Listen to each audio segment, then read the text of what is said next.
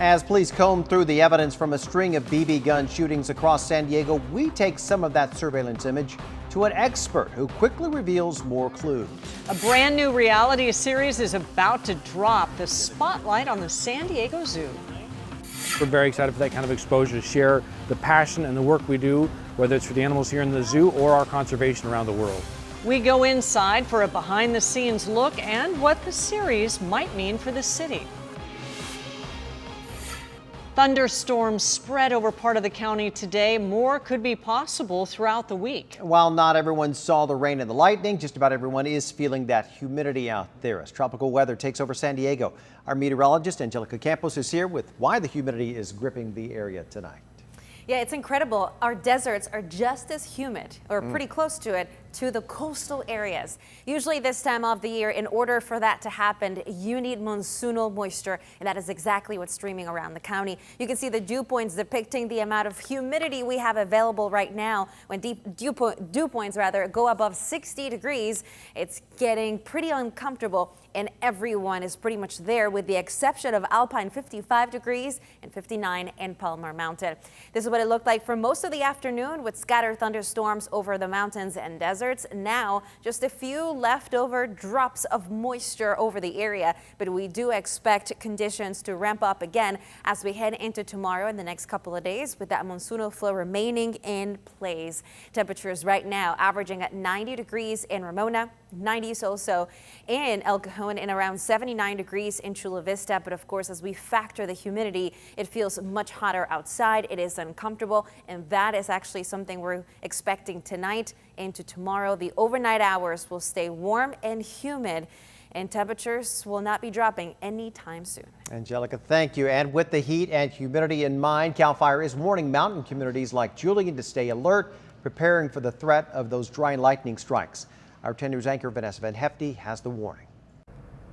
Here in downtown Julian, it was sunshine and comfortable conditions for most of the day. This is a time-lapse video of the clouds that rolled in throughout the afternoon. We did get caught in a short thunderstorm earlier on the 79 where a quarter-inch of rain fell. The National Weather Service issued a lightning warning this morning at Lindbergh Field along the coast. The 10 News breaking news tracker was in Otay Mesa around 5:30 this morning when lightning struck several times in the area. Other strikes were reported near Oceanside and across the border in Mexico. CAL FIRE Captain Isaac Sanchez is warning about potential danger in the days ahead. There's an increased chance of lightning strikes in the area, which means a greater chance of dangerous strikes causing a fire. Yeah, the biggest concern right now, like you said, is going to be the lightning. Typically with storms like this, when the monsoonals roll through, it comes with rain that you mentioned, but sometimes it doesn't.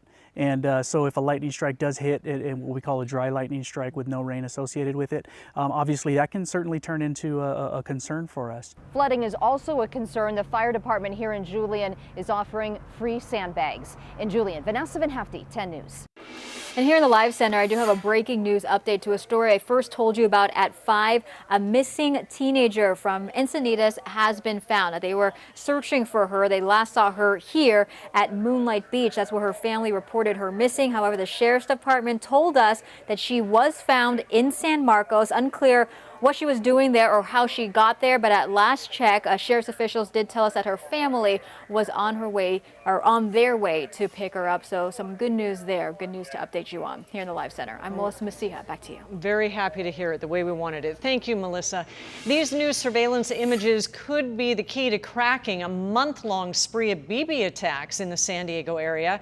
10 News reporter Michael Chen took them to an auto expert who revealed new clues.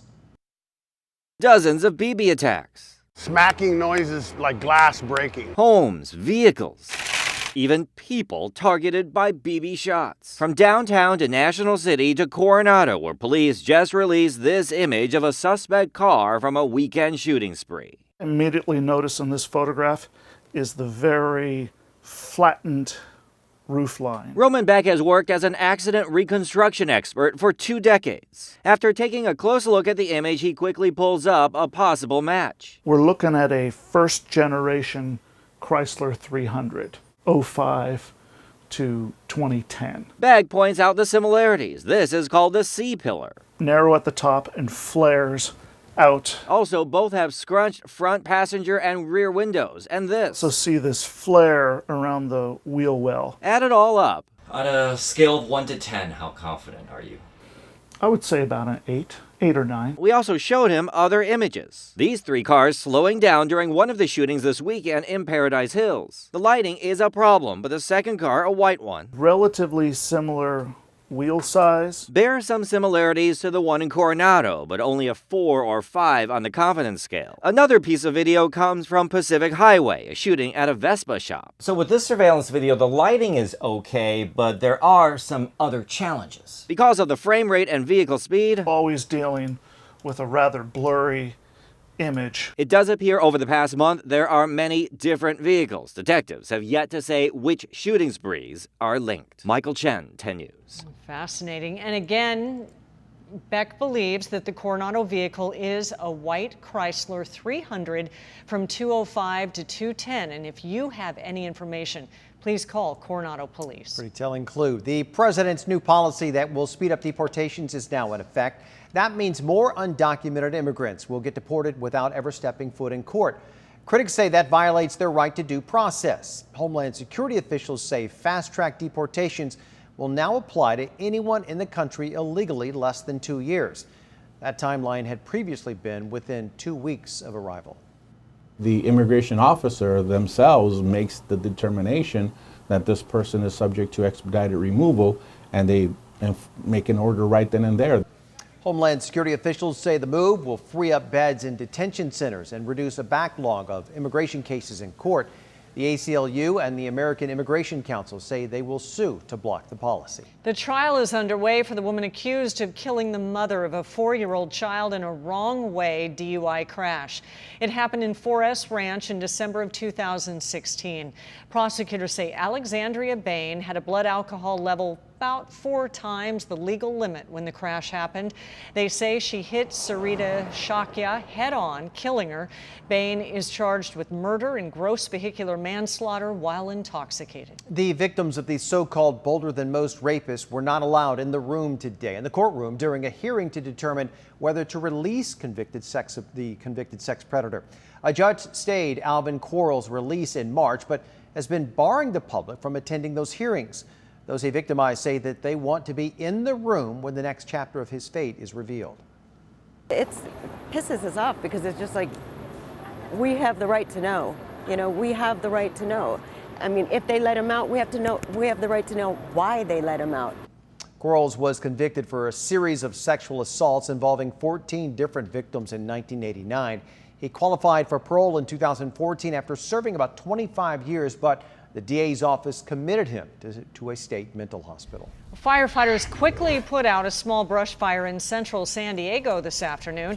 It broke out in an empty lot off Euclid Avenue near the 94 about 1:30. It only burned 1/8 of an acre. It didn't threaten any buildings. Firefighters say they were helped by an old concrete foundation, which kept the fire from spreading. The county may offer a massive loan to bail out the Sweetwater Union High School district. Students say they're already feeling the budget cuts that kicked in this year. Parents protested cuts to bus route stops on the first day of school. County staff are recommending a $12 million loan to bring Sweetwater out of debt. Meantime, students say they're planning a walkout on Friday. A Los Angeles woman tried to stop ICE agents from taking her neighbor and recorded the whole incident on her cell phone. Alicia Rivera said that the agents pulled the woman out of her car in Echo Park. She tried to get in their way, repeatedly asking for a warrant. They left the car with the emergency light on, blocking the road, and they took the keys. Now, in regards to warrants, ICE released a statement that reads in part, the idea is simple. The idea is simply a figment created by those who wish to undermine immigration enforcement and excuse the ill-conceived practices of sanctuary jurisdictions that put politics before public safety. And happening right now, the La Mesa City Council is deciding what to do with the area's popular farmers market. Restaurants and nearby shops say the event takes away their customers. They estimate that every farmers market costs thousands. Well, the city council will decide whether to move the market or keep it where it is. All right, San Diego city leaders just gave developers the go-ahead to convert unused commercial space in mixed-use buildings into apartments. City council updated the municipal code just today. Council said the change is meant to help alleviate the housing crisis and take care of storefronts that can often sit empty for long stretches of time.